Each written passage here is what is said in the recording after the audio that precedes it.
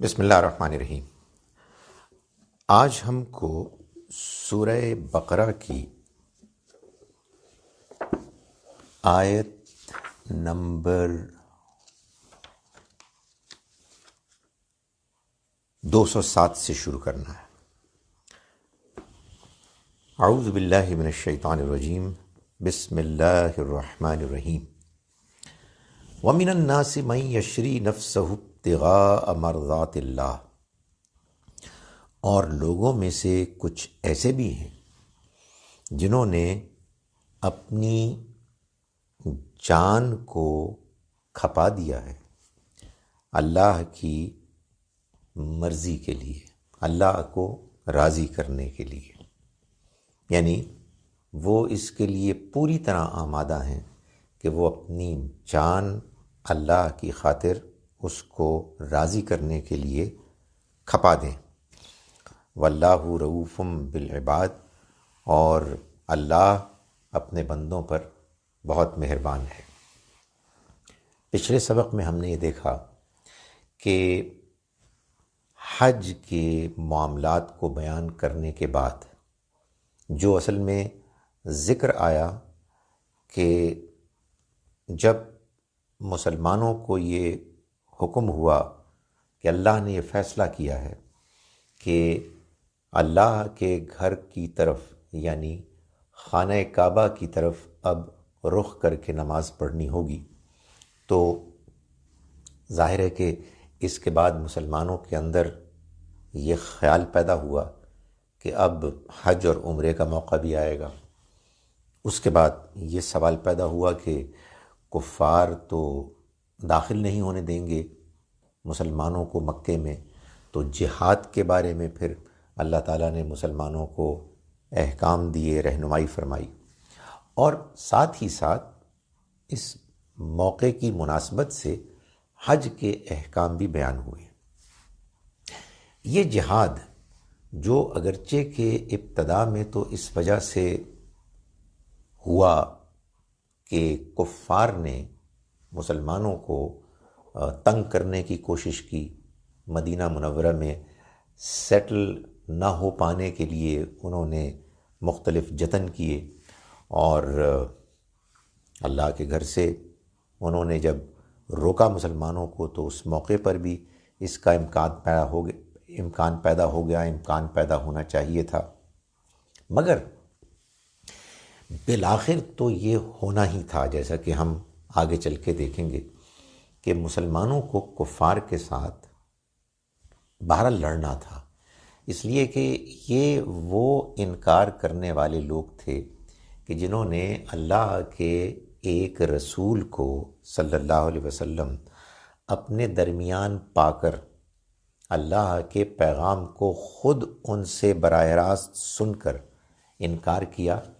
ایسے انکار کرنے والوں کی سزا قرآن مجید نے بتایا ہے کہ اللہ کا عذاب ہے، موت ہے۔ چنانچہ یہ اللہ کی طرف سے جہاد تو ہونا ہی تھا۔ یہ بات بہرحال مسلمانوں کو معلوم تھی، مسلمان مکی دور کی تمام صورتیں پڑھ چکے تھے، ان کے سامنے وہ اتری تھیں، وہ نماز میں پڑھتے تھے، اور یہ بات بالکل طے تھی کہ اب اس عذاب کے دن قریب آنے والے ہیں کہ جس میں کفار کو، اللہ کے دین کو جان بوجھ کر ٹھکرانے والوں کو ختم کر دیا جائے گا۔ چنانچہ صورتحال یہ ہوئی کہ مدینہ منورہ کے جو مسلمانوں کا مرکز تھا اس میں وہ لوگ بھی پیدا ہو گئے جو منافق تھے، کمزور تھے، اس جہاد کے بارے میں جو بات ہوتی تھی وہ جان چراتے تھے، ٹال مٹول کرتے تھے، جن کا ذکر ہم نے پچھلے سبق کے آخر میں دیکھا۔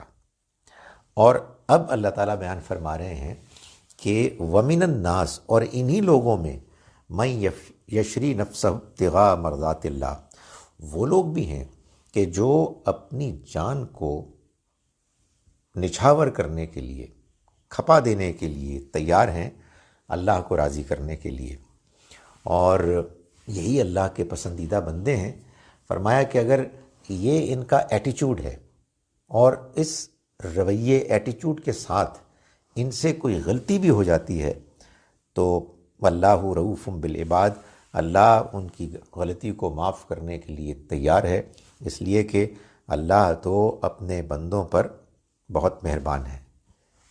وہ بندے کہ جو اس رویے والے ہیں، جو یہ طریقہ اختیار کرتے ہیں، مخلص ہیں، اللہ کی خاطر سب کچھ کرنے کے لیے تیار ہیں، مگر انسان ہیں، غلطیاں ہوتی ہیں۔ فرمایا کہ یا ایھا الذین آمنوا ادخلوا فی السلم کافہ۔ اب دونوں طرح کے لوگوں کا ذکر کرنے کے بعد اللہ تعالیٰ گویا کہ پوری سوسائٹی کو، مسلمانوں کی خطاب کر کے فرما رہے ہیں، ایمان والو ادخلوا فی السلم کافہ، داخل ہو جاؤ تم فرما برداری کے رویے میں، اللہ کے حکم کی فرما برداری میں، سارے کے سارے۔ یعنی یہ جو اس وقت معاملہ ہے کہ کچھ لوگ تو مخلص ہیں اور کچھ لوگ ہیں کہ جو مخلص نہیں ہیں، منافق ہیں، یہ دو رویے نہیں ہونے چاہیے۔ رویہ ایک ہی ہونا چاہیے جو ان لوگوں کا ہے کہ جو سچے مسلمان ہیں، جو اللہ کے پیغام، اس کے دین، اس کی خوشنودی کے لیے ہر وقت قربانی دینے کے لیے تیار ہیں۔ تو سبھی لوگ کافہ، سارے کے سارے اللہ کی اطاعت اور فرما برداری میں شامل ہو جائیں۔ فرمایا وَلَا تَتَّبِعُوا خُطُوَاتِ الشَّيْطَانِ، اور دیکھو شیطان کے نقش قدم کی پیروی مت کرو۔ شیطان تو ہر وقت ہی کوشش کرتا ہے کہ انسان اللہ کی رحمت سے محروم ہو جائے، اس کے راستے سے دور ہو جائے۔ تو فرمایا کہ اس کی پیروی مت کرو، اِنَّهُ لَكُمْ عَدُوٌّ مُبِينٌ، وہ تو تمہارا کھلا دشمن ہے۔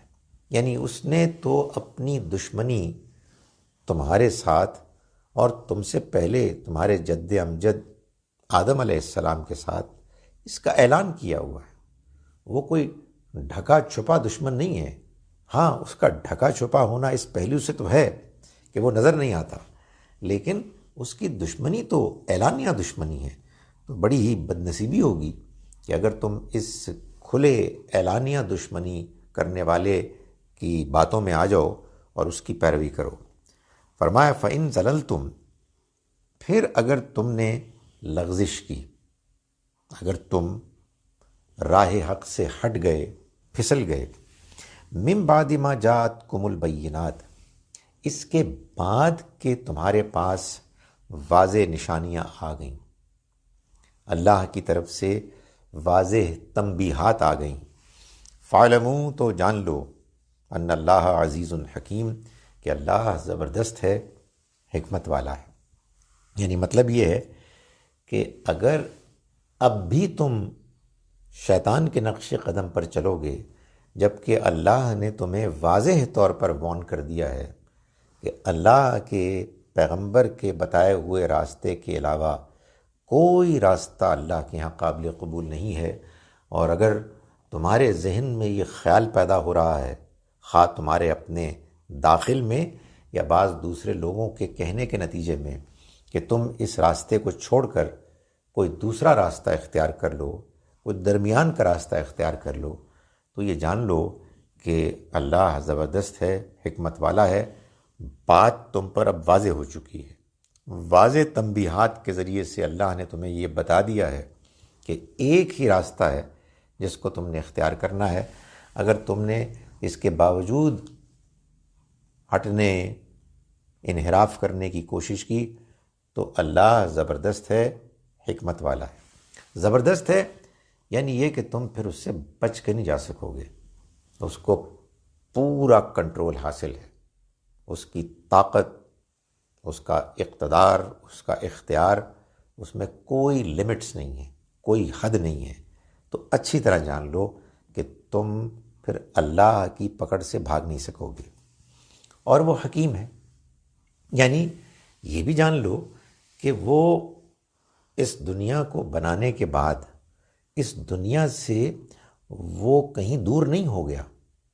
یعنی ایسا نہیں ہے کہ اسے اس سے کوئی دلچسپی نہیں ہے، نہیں، اس نے اس دنیا کو بنایا ہے ایک مقصد کے لیے۔ یہ ہو نہیں سکتا کہ اس کے مخلص اور اس کے دشمن جو اس کے دین کو، پیغام کو، پیغمبر کو نظر انداز کر کے دوسری طرف نکلنے والے ہیں، دونوں کا انجام ایک ہو، یہ نہیں ہو سکتا۔ نیک اور بد دونوں مر کھپ جائیں اور ان کا خاتمہ ہو جائے اور اس کے بعد کچھ بھی نہ ہو، یہ نہیں ہو سکتا۔ اللہ حکیم ہے، اور حکیم ہونے کے ناطے یہ تصور کرنا بھی ممکن نہیں ہے کہ اس نے کوئی ایسا کام کیا ہے کہ جو بیکار ہے، جس کو ایکسپلین ہی نہیں کیا جا سکتا، جس کی کوئی تک توجیہ وجہ ہی نہیں ہے۔ تو فرمایا اللہ حکیم ہے۔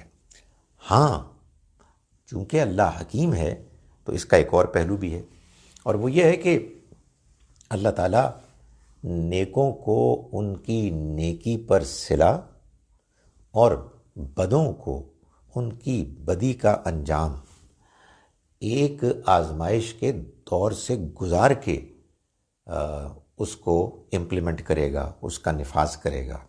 سو وہ حکیم ہے، وہ نیکوکاروں کو بھی آزمائشوں سے گزارتا ہے اور ان کو موقع دیتا ہے کہ وہ صبر، ہمت، حوصلے کا مظاہرہ کرتے ہوئے اپنے آپ کو ایمان میں مضبوط کریں اور آخرت کی بڑی کامیابیوں کا مستحق ثابت کریں، اور وہ بدوں کو بھی موقع دیتا ہے، ڈھیل دیتا ہے کہ یا تو وہ اس موقع سے فائدہ اٹھا کر اپنی اصلاح کر لیں، یا پھر برائی میں اتنے آگے بڑھ جائیں کہ پھر ان کے لیے واپسی کا کوئی امکان نہ ہو۔ تو فرمایا کہ اگر تم نے لغزش کی، کوتاہی کی، اللہ کے پیغام سے دور ہوئے، اس کے باوجود کہ تمہارے پاس واضح تنبیہات آ گئی ہیں، تو پھر تم اللہ کا کچھ نہیں بگاڑ سکتے۔ جان لو کہ اللہ زبردست ہے، حکمت والا ہے۔ هل ينظرون الا ان ياتيهم الله في ظلل من الغمام والملائکۃ وقضی الامر، کیا یہ اس بات کا انتظار کر رہے ہیں ان یاتیہم اللہ فی ظلل من الغمام، کہ اللہ والملائکہ اور اس کے فرشتے بادلوں کے سائے میں سے نمودار ہو جائیں، وقضی الامر اور معاملے کا فیصلہ کر دیا جائے۔ یعنی اگر اس حجت کے تمام ہو جانے کے بعد، بات کے آخری حد تک واضح ہو جانے کے بعد، اگر یہ پھر بھی اپنی ضد پر اڑے ہوئے ہیں، تو کیا یہ چاہتے ہیں کہ عذاب فوراً آ جائے؟ ان کا کیا یہ اب انتظار ہے؟ اس انتظار میں یہ بیٹھے ہوئے ہیں کہ اللہ اور اس کے فرشتے کہیں سے نمودار ہو جائیں اور معاملہ ختم ہو جائے، سب کچھ طے ہو جائے۔ فرمایا اگر یہ اللہ ایسا نہیں کرتا، وَإِلَى اللَّهِ تُرْجَعُ الْأُمُورُ، اور اللہ اور یہ معاملات سارے اللہ کی طرف جانے والے ہیں۔ سو اللہ تعالیٰ ہے کہ جو ان تمام معاملات کا فیصلہ کرے گا۔ یہ طریقہ نہیں ہے اللہ کا کہ وہ کسی کی نافرمانی پر، کسی کے محض کسی جملہ بولنے پر، کسی اقدام پر اچانک وہ اپنا فیصلہ سنا دے۔ اللہ فیصلہ سناتا ہے، وہ فیصلہ سنائے گا، لیکن اپنے قانون، اپنی حکمت کے مطابق۔ سل بنی اسرائیل کم آتیناہم من آیت بینہ، بنی اسرائیل سے پوچھ لو کہ ہم نے ان کو کتنی واضح نشانیاں دکھائیں، ان کو کیسے کیسے معجزات اور مختلف امتحانات سے گزارا، جس میں عذاب کی نشانیاں تھیں کہ جو ان کو نظر آئیں، مگر اس سے ان کو کوئی فائدہ نہیں ہوا۔ یعنی مطلب یہ ہے کہ یہ اگر یہ مطالبہ کر رہے ہیں کہ کوئی ان کو معجزہ نظر آئے یا کوئی ایسی نشانی نظر آئے جس سے ان کو یقین ہو جائے کہ اگر انہوں نے نافرمانی کی تو پھر عذاب آ جائے گا، عذاب کے آنے سے پہلے کچھ نشانیاں نظر آ جائیں، تو فرمایا کہ بنی اسرائیل سے پوچھ لو ہم نے ان کو بہت سی نشانیاں دیں، مگر کیا اس سے کوئی فائدہ ہوا؟ نہیں، کوئی فائدہ نہیں ہوا۔ تو اس وجہ سے ان نشانیوں کا مطالبہ کرنے سے تم یہ مت سمجھو کہ تم اللہ کے آنے والی پکڑ سے بچ جاؤ گے۔ یہ مطالبات پہلے بھی ہوئے، ہم اس بات کو جانتے ہیں کہ ان مطالبات کے پورے ہو جانے کے بعد بھی کچھ نہیں ہوتا۔ اس وجہ سے تم اپنی اصلاح کے لیے جو موقع ملا ہے اس سے فائدہ اٹھاؤ۔ فرمایا کہ وَمَن يُبَدِّلْ نِعْمَتَ اللَّهِ مِن بَعْدِ مَا جَاءَتْهُ، اور جس نے اللہ کی نعمت کو پانے کے باوجود اس کو بدل دیا، فَإِنَّ اللَّهَ شَدِيدُ الْعِقَابِ، تو وہ جان لے کہ اللہ بہت سخت عقاب، مواخذہ کرنے والا ہے۔ یعنی بات یہ ہے کہ جو لوگ اللہ کی ہدایت پا لینے کے بعد اس کو بدلنا چاہتے ہیں، یعنی گمراہی سے بدلنا چاہتے ہیں، تو وہ پھر بچ نہیں سکتے۔ اس وقت ان کو اس بات کا اندازہ نہیں ہے کہ یہ جو ان کو موقع مل رہا ہے یہ اصل میں ایک غیر معمولی موقع ہے کہ ان کو ہدایت مل جائے، ہدایت کے نتیجے میں ان کو دنیا اور آخرت کی کامیابی مل جائے۔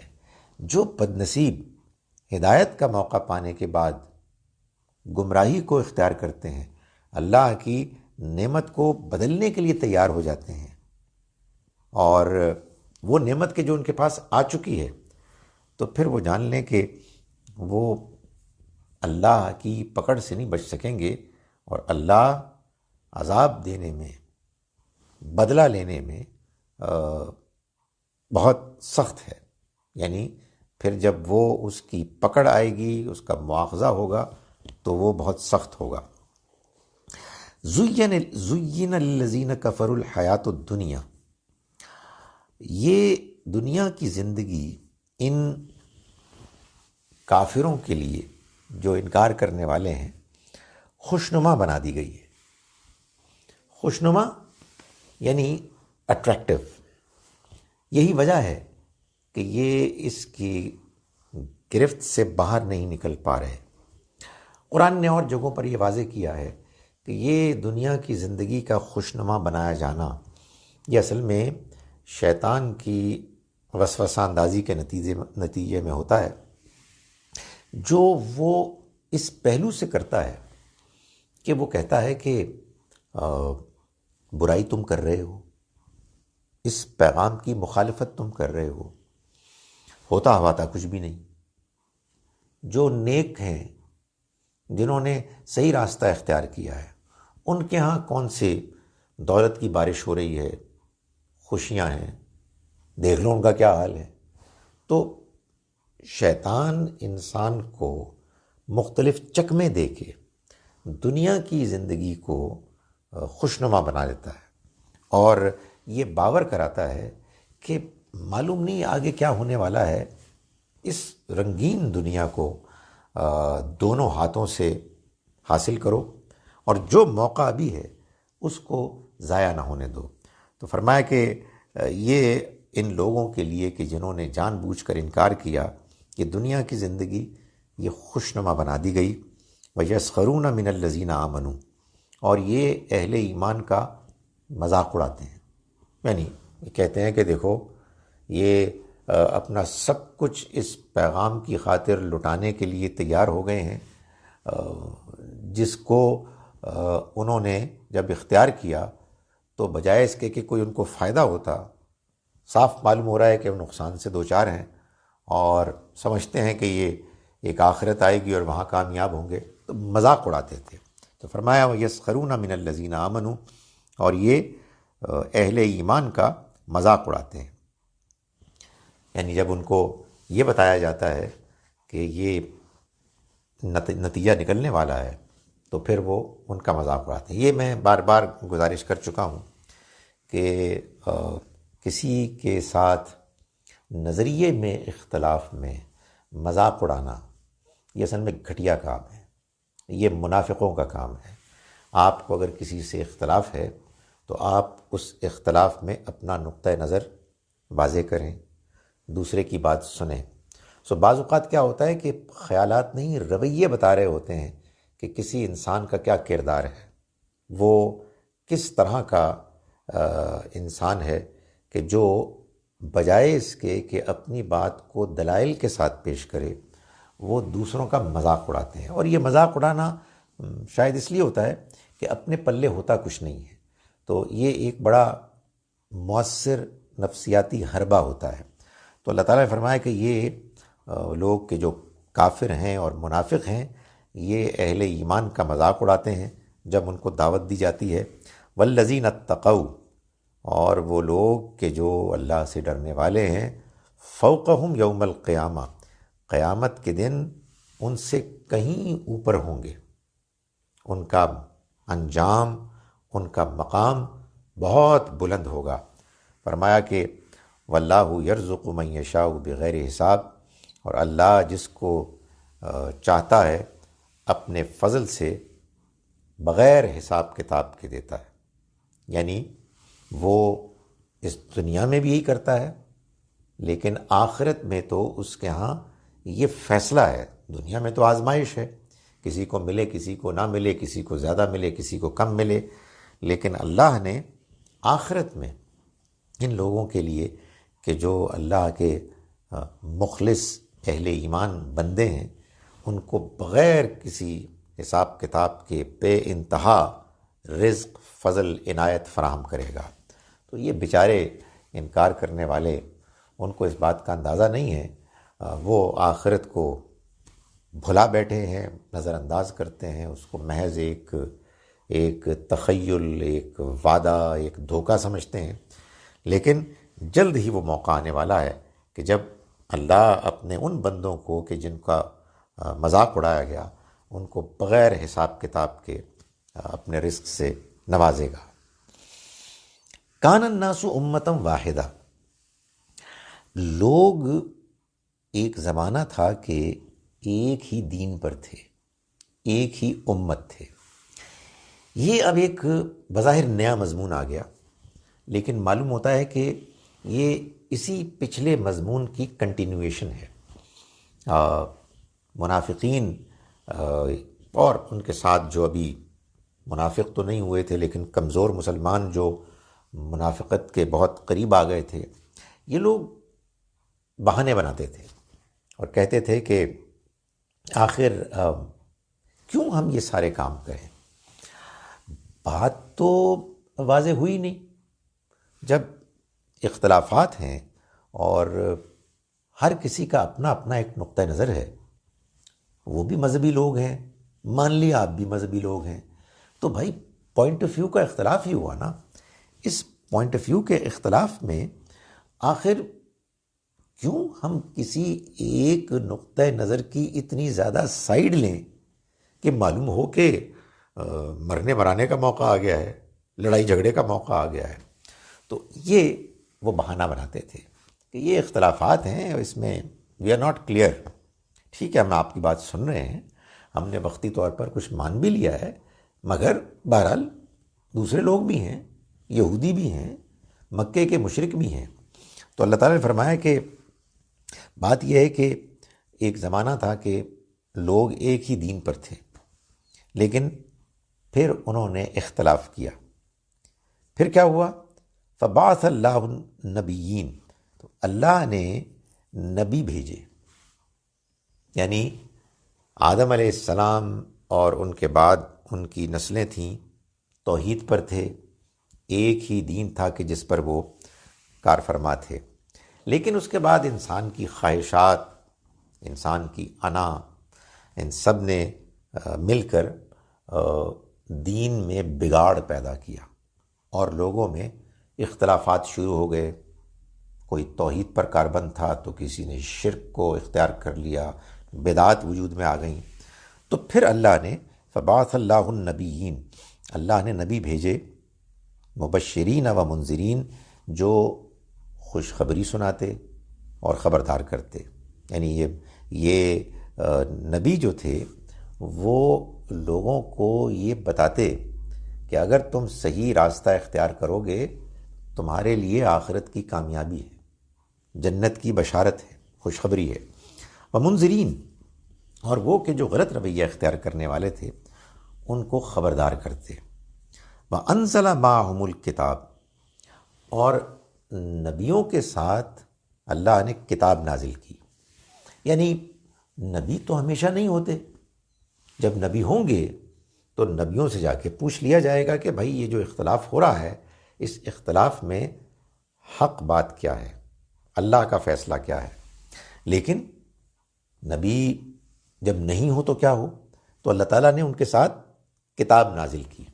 حالانکہ ہم جانتے ہیں کہ کتاب نہیں، کتابیں نازل کی، مگر اللہ نے اس کو کتاب سے موسوم کیا، اس لیے کہ اصل میں جو بھی کتابیں آئیں وہ اللہ کی مرضی کو بیان کرتی تھیں۔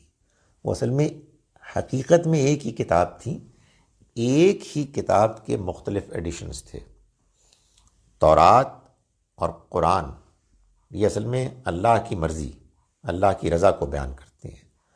تورات کے اندر جو اللہ کے بارے میں بتایا گیا اس کے حمد کے آپ کہیے نظم کے فارم میں بیانات ہیں، زبور، جن کو کہ داؤد علیہ السلام اپنی بے مثال آواز کے ساتھ پڑھتے، اور ان لوگوں پر بھی اور پرندوں پر بھی اور معلوم ہوتا ہے پہاڑوں پر بھی ایک وجد کی کیفیت طاری ہو جاتی اور وہ بھی ان کے ہم نوا ہوتے۔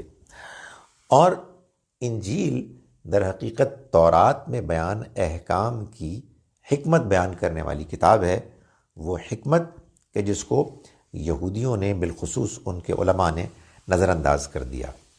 پھر قرآن یہ اصل میں ان تمام چیزوں کو اپنے اندر جمع کر لیتی ہے۔ تورات میں قانون ہے تو قرآن مجید میں قانون بھی ہے، زبور میں حمد ہے، تسبیح ہے، قرآن مجید میں وہ بھی ہے، انجیل میں حکمت ہے، قرآن میں حکمت بھی بیان ہوئی ہے۔ سو یہ ساری کتابیں اصل میں ایک لحاظ سے دیکھا جائے تو ایک ہی کتاب ہے۔ فرمایا کہ اس نے نازل کی ان کے ساتھ کتاب، کیوں؟ نازل کی اس نے ان کے ساتھ کتاب بالحق، کہ جو بالکل حق ہے، یعنی اللہ کی کتاب فیصلہ کن ہے، جس میں جو بات بیان کی گئی ہے وہ بات ہے بھی واضح اور وہ ہے اللہ کا فیصلہ۔ کیوں نازل کی؟ لِيَحْكُمَ بَيْنَ النَّاسِ، تاکہ وہ لوگوں کے درمیان فیصلہ کر دے۔ کن چیزوں میں؟ فی مختلفوا فی، ان معاملات میں جن میں انہوں نے اختلاف کیا۔ لوگوں نے اختلاف کیا، مگر اللہ نے اس اختلاف کو دور کرنے کے لیے، یا کہیے کہ اختلاف میں صحیح راستے کو واضح کرنے کے لیے اس نے اپنے پیغمبر بھیجے اور پیغمبروں کے ساتھ کتاب بھیجی۔ یہ کتاب واضح فیصلہ کرنے والی کتاب ہے، اور یہ اس لیے بھیجی تاکہ یہ فیصلہ کر دے لوگوں کے درمیان ان معاملات میں جن میں انہوں نے اختلاف کیا، یعنی مذہبی معاملات میں۔ دین مذہب کے معاملے میں جہاں کہیں اختلاف ہوگا اس اختلاف کا فیصلہ کتاب کرے گی۔ قرآن مجید نے اسی وجہ سے اپنے آپ کو الفرقان کہا، صحیح اور غلط کے درمیان واضح فرق کر دینے والی کتاب۔ المیزان کہا، جس میں تول کر آدمی یہ جان سکتا ہے کہ کیا بات، کیا رویہ، کیا نظریہ، کیا عمل اللہ کی منشا کے مطابق ہے اور کیا نہیں ہے۔ چنانچہ اگر دین مذہب کے معاملے میں فیصلہ کرنا ہوگا تو صرف اللہ کی کتاب کی طرف جانا ہوگا۔ یہ ہم مسلمانوں کی بڑی بد نصیبی ہے کہ میں یہ دیکھتا ہوں کہ لوگ دینی معاملات میں قرآن مجید کو نظر انداز کرتے ہیں، اور یا تاریخی واقعات، انسانوں کے بیان کردہ واقعات، یا علماء کی آراء، یا کچھ اور ایسی چیزیں کہ جو لوگوں نے اپنے تجربات سے، اپنے سوچ بچار سے طے کی ہوئی ہیں، ان کو زیادہ اہمیت دیتے ہیں، اور قرآن کو صرف ثواب کے لیے پڑھتے ہیں۔ تو اللہ تعالیٰ نے فرمایا کہ یہ کتاب آئی اسی لیے کہ وہ دین مذہب کے معاملے میں جو اختلاف لوگوں نے کیا اس میں فیصلہ سنا دے.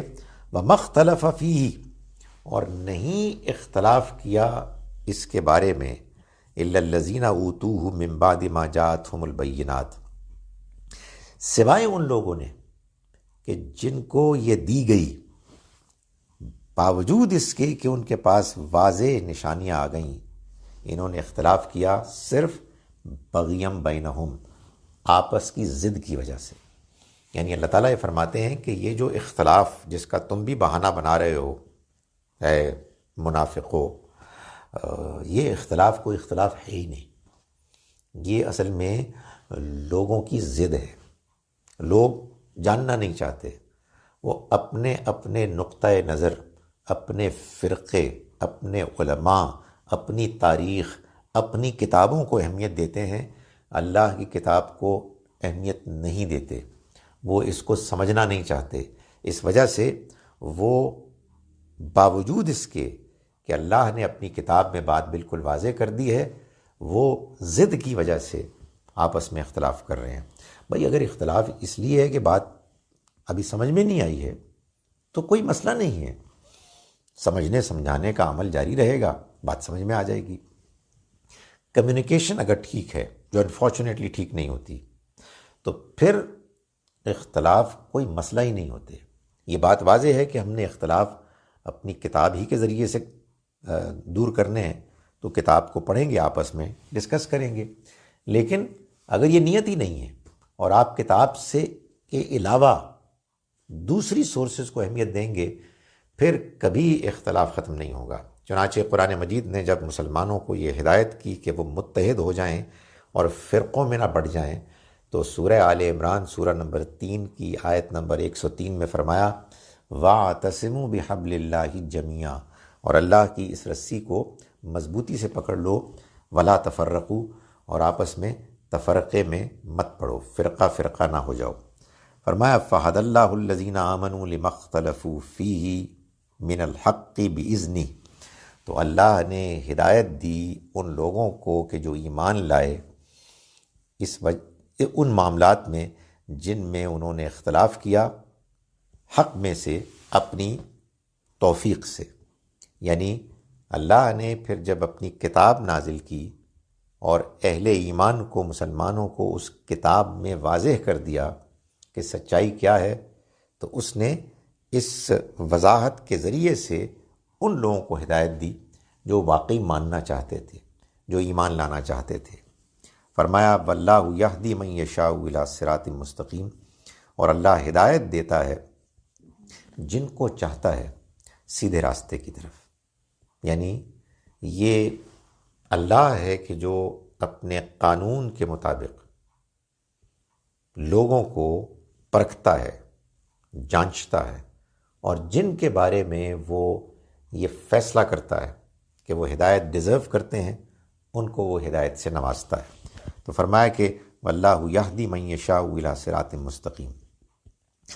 ام حسبتم ان تدخلوا الجنہ، یہ اب دوبارہ معلوم ہوتا ہے کہ وہی منافقین ہیں کہ جو مخاطبین ہیں، ان کو ایڈریس کیا جا رہا ہے اور ان کو کہا جا رہا ہے کہ ام حسبتم ان تدخلوا الجنہ، کیا تم خیال کرتے ہو کہ تم جنت میں داخل ہو جاؤ گے؟ ولما یأتکم مثل الذین خلو من قبلکم، حالانکہ تمہارے اوپر ابھی وہ حالات، صورتحال آئی نہیں کہ جو ان لوگوں پر آئی کہ جو تم سے پہلے ہو گزرے. یعنی کہنے کا مقصد یہ ہے کہ یہ منافق یہ خیال کرتے ہیں، یہ چاہتے ہیں کہ ان کو کامیابی کی خوشخبری مل جائے دنیا میں بھی اور آخرت میں بھی، بغیر کسی مشکل کے گھر بیٹھے رہیں، باتیں بناتے رہیں، اور ان کو بتا دیا جائے کہ چونکہ تم نے اسلام کے ساتھ وابستگی کا اعلان کر دیا ہے اس لیے تم کامیاب ہو. تو اللہ تعالیٰ نے اس غلط فہمی کو دور کیا اور فرمایا کہ کیا تمہارا یہ خیال ہے کہ تم جنت میں یوں ہی داخل ہو جاؤ گے؟ معلوم یہ ہوا کہ اصل مسئلہ یہی ہے، جنت کا داخلہ. جنت میں داخل ہونے کے لیے ہی انسان دین کو اختیار کرتا ہے، اور اسی کے لیے انسان پریشان ہوتا ہے۔ تو فرمایا کہ یہ جنت کا حصول اتنا آسان بھی نہیں ہے۔ تم نے خیال کیا کہ تم جنت میں چلے جاؤ گے، داخل ہو جاؤ گے، حالانکہ ابھی تو تمہارے اوپر وہ واقعات، حالات آئے ہی نہیں ہیں جو ان لوگوں پر آئے کہ جو تم سے پہلے ہو گزرے۔ مستہم البأساء والضراء، ان کے اوپر ایسی ایسی مشکلات آئیں کہ جو مستہم البأساء والضراء، وہ ایسی مصیبتیں تھیں کہ جن میں آفتیں تھیں، تکلیفیں تھیں۔ وزلزلوا، اور وہ ہلا دیے گئے۔ حتیٰ یقول الرسول والذین آمنوا معہ، یہاں تک کہ رسول بھی اور وہ لوگ کہ جو ایمان لائے ان کے ساتھ وہ بھی پکار اٹھے، متی نصر اللہ، کہ اللہ کی مدد کب آئے گی۔ یعنی تم نے اگر رسول کا ساتھ دینے کا فیصلہ کیا ہے تو یہ اچھی طرح سے جان لو کہ اس کے بعد کامیابی آئے گی، مگر ایسے نہیں کہ تم سے قربانیوں کا تقاضا نہیں کیا جائے گا، تم کو مشکلات پیش نہیں آئیں گی۔ یہ وہی بات ہے کہ جو پیچھے ہم دیکھ آئے ہیں کہ اللہ تعالیٰ نے فرمایا کہ ہم لازماً تم کو آزمائیں گے، وَلَنَبْلُوَنَّكُمْ بِشَيْءٍ، تھوڑا سا، بالخوف والجوع ونقص من الاموال والانفس والثمرات، کچھ خوف سے، کچھ بھوک سے، کچھ مال جان پھلوں کے نقصان سے۔ تو یہاں یہی بتایا جا رہا ہے کہ پہلے لوگوں پر بھی یہی ہوا کہ انہیں مستہم البأساء والضراء، ان پر آفتیں آئیں، مشکلات، مصیبتیں آئیں، اور وہ زلزلوا، ہلا دیے گئے، ہلا مارے گئے، یہاں تک کہ حتیٰ یقول الرسول والذین آمنوا معہ، یہاں تک کہ رسول بھی اور اہل ایمان جو ان کے ساتھ تھے وہ سب پکار اٹھے، متی نصر اللہ، اللہ کی مدد کب آئے گی۔ الا ان نصر اللہ قریب، اس وقت پھر اللہ کی طرف سے یہ خوشخبری آئی کہ جان لو کہ اللہ کی مدد قریب ہی ہے۔ یعنی تم اگر ایمان لائے ہو تو تمہیں تو تیار ہونا چاہیے اس مقصد کے لیے کہ تم آزمائش میں پورا اترو۔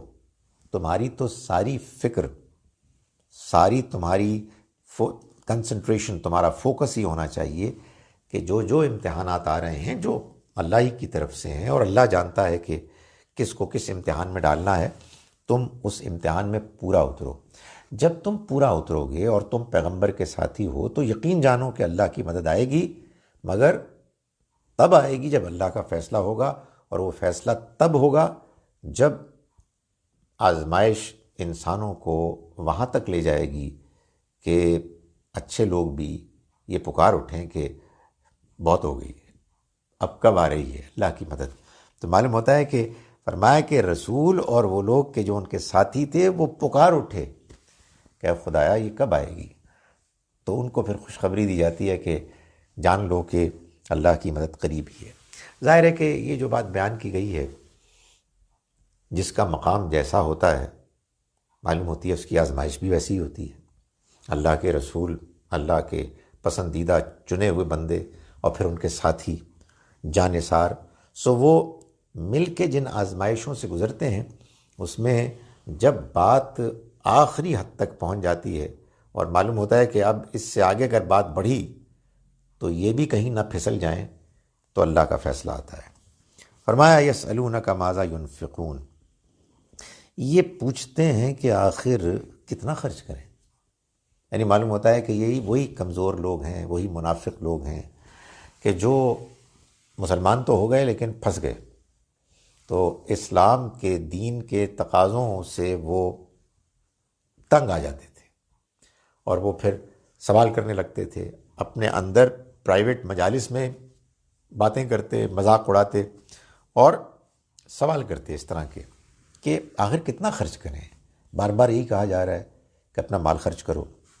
فرمایا قل ما انفقتم من خیر، ان کو کہو کہ تم جو مال بھی خرچ کرتے ہو، خیر، یہ لفظ خیر استعمال ہوتا ہے قرآن میں مال کے لیے، جو اصل میں یہ بات اس بات کی انڈیکیشن ہے کہ مال کوئی بری چیز نہیں ہے۔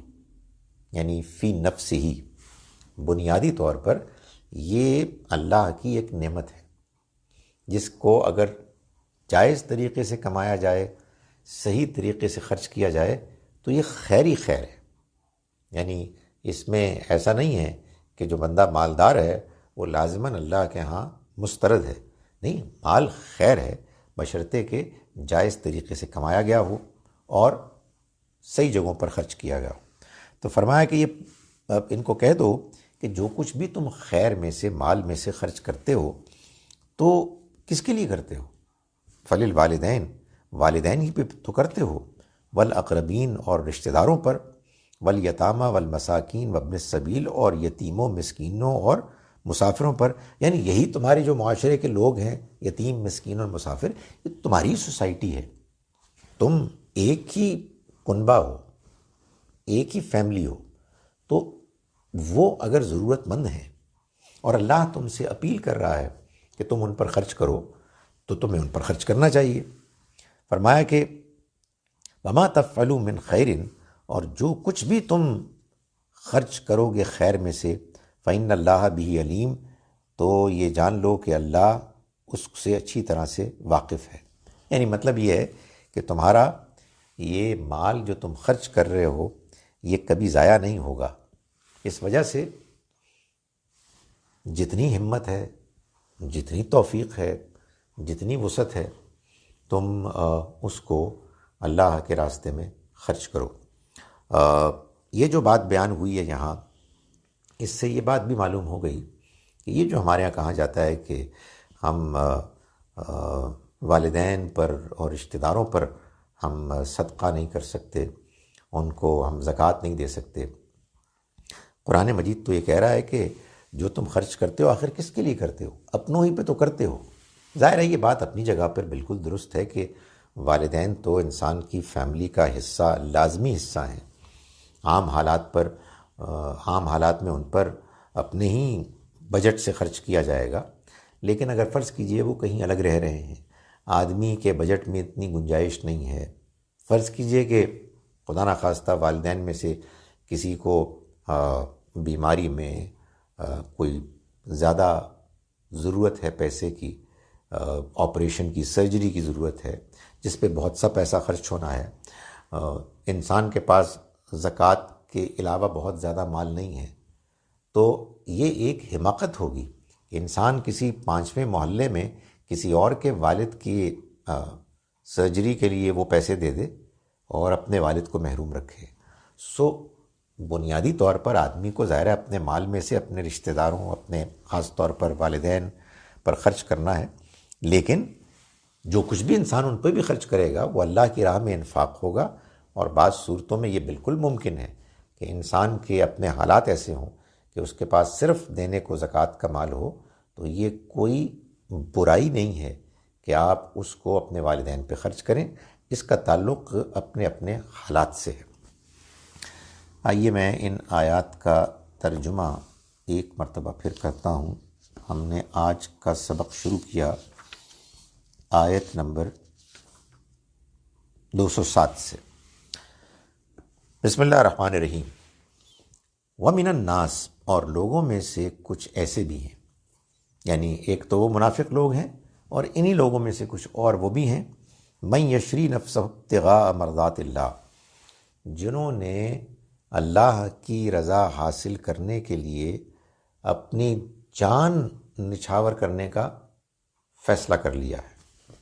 واللہ رؤوف بالعباد، اگر ان سے کوئی لغزش ہوتی ہے تو اللہ معاف کرنے والا ہے، اس لیے کہ اللہ معاف کرے گا، اس لیے کہ اللہ ان بندوں پر، ایسے بندوں پر بڑا مہربان ہے۔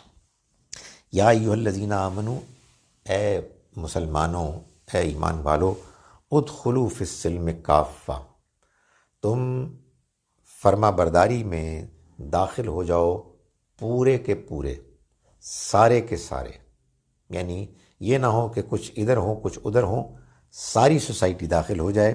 ولا تتبعوا خطوات الشیطان، اور دیکھو تم شیطان کے نقش قدم پر مت چلو، انہ لکم عدو مبین، وہ تو تمہارا کھلا دشمن ہے۔ فإن زللتم، پھر اگر تم پھسل گئے، تم سے لغزش ہوئی، من بعد ما جاءتکم البینات، باوجود اس کے کہ تمہارے پاس واضح تعلیمات، واضح نشانیاں، واضح تنبیہات آ گئیں، فَاعْلَمُوا، تو جان لو، ان اللہ عزیز حکیم، کہ اللہ زبردست ہے، حکمت والا ہے، اسے کوئی پرواہ نہیں ہے، وہ پکڑ سکتا ہے مگر حکمت والا ہے، ڈھیل دیتا ہے۔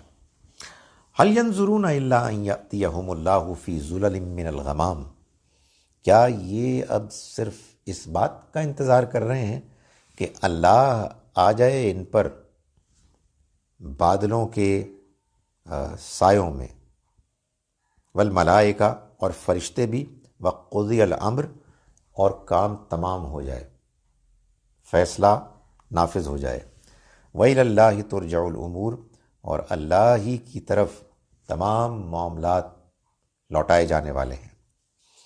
سل بنی اسرائیل، آپ بنی اسرائیل سے پوچھیں، کم آتیناہم من آیت بینہ، کہ ہم نے ان کو کتنی واضح نشانیاں دی، یعنی یہ جو تم نشانیوں کا مطالبہ کر رہے ہو، اس سے پہلے ہم ان کو بہت کچھ دے چکے۔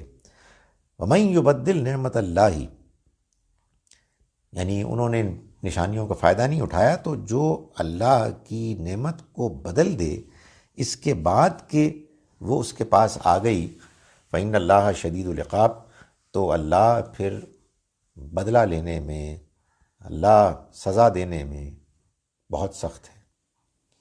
زُيِّنَ لِلَّذِينَ كَفَرُوا الْحَيَاةُ الدُّنْيَا، وہ لوگ کہ جنہوں نے انکار کیا، ان کے لیے دنیا کی زندگی بہت خوشنما بنا دی گئی، مزین کر دی گئی، اٹریکٹیو بنا دی گئی۔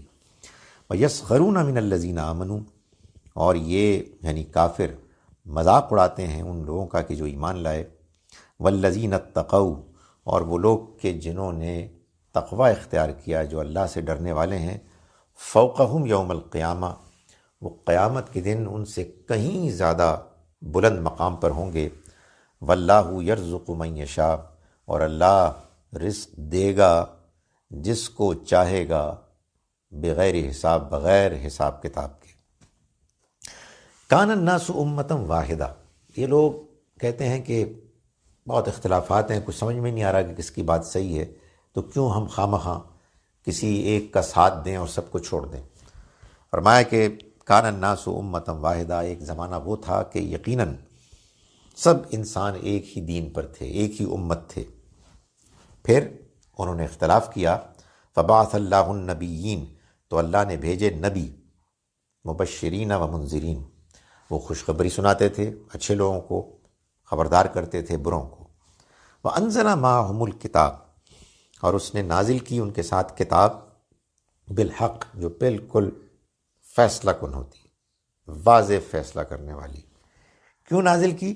لیحکم بین الناس، تاکہ یہ فیصلہ کرے لوگوں کے درمیان، فی مختلفوا فی، اس معاملے میں، ان معاملات میں جن میں انہوں نے اختلاف کیا، وما اختلف فیہ، اور نہیں اختلاف کیا اس معاملے میں، یعنی جو معاملات اختلاف کے ہیں، الا الذین اوتوہ، سوائے ان کے کہ جو وہ دی گئی، یعنی کتاب دی گئی، جن لوگوں کو کتاب ملی انہی نے اختلاف کیا، من بعد ما جاءتہم البینات، اس کے باوجود، اس کے بعد کہ ان کے پاس واضح تعلیمات آ گئیں، انہوں نے اختلاف کیا، بغیم بینہم، آپس کی ضد کی وجہ سے۔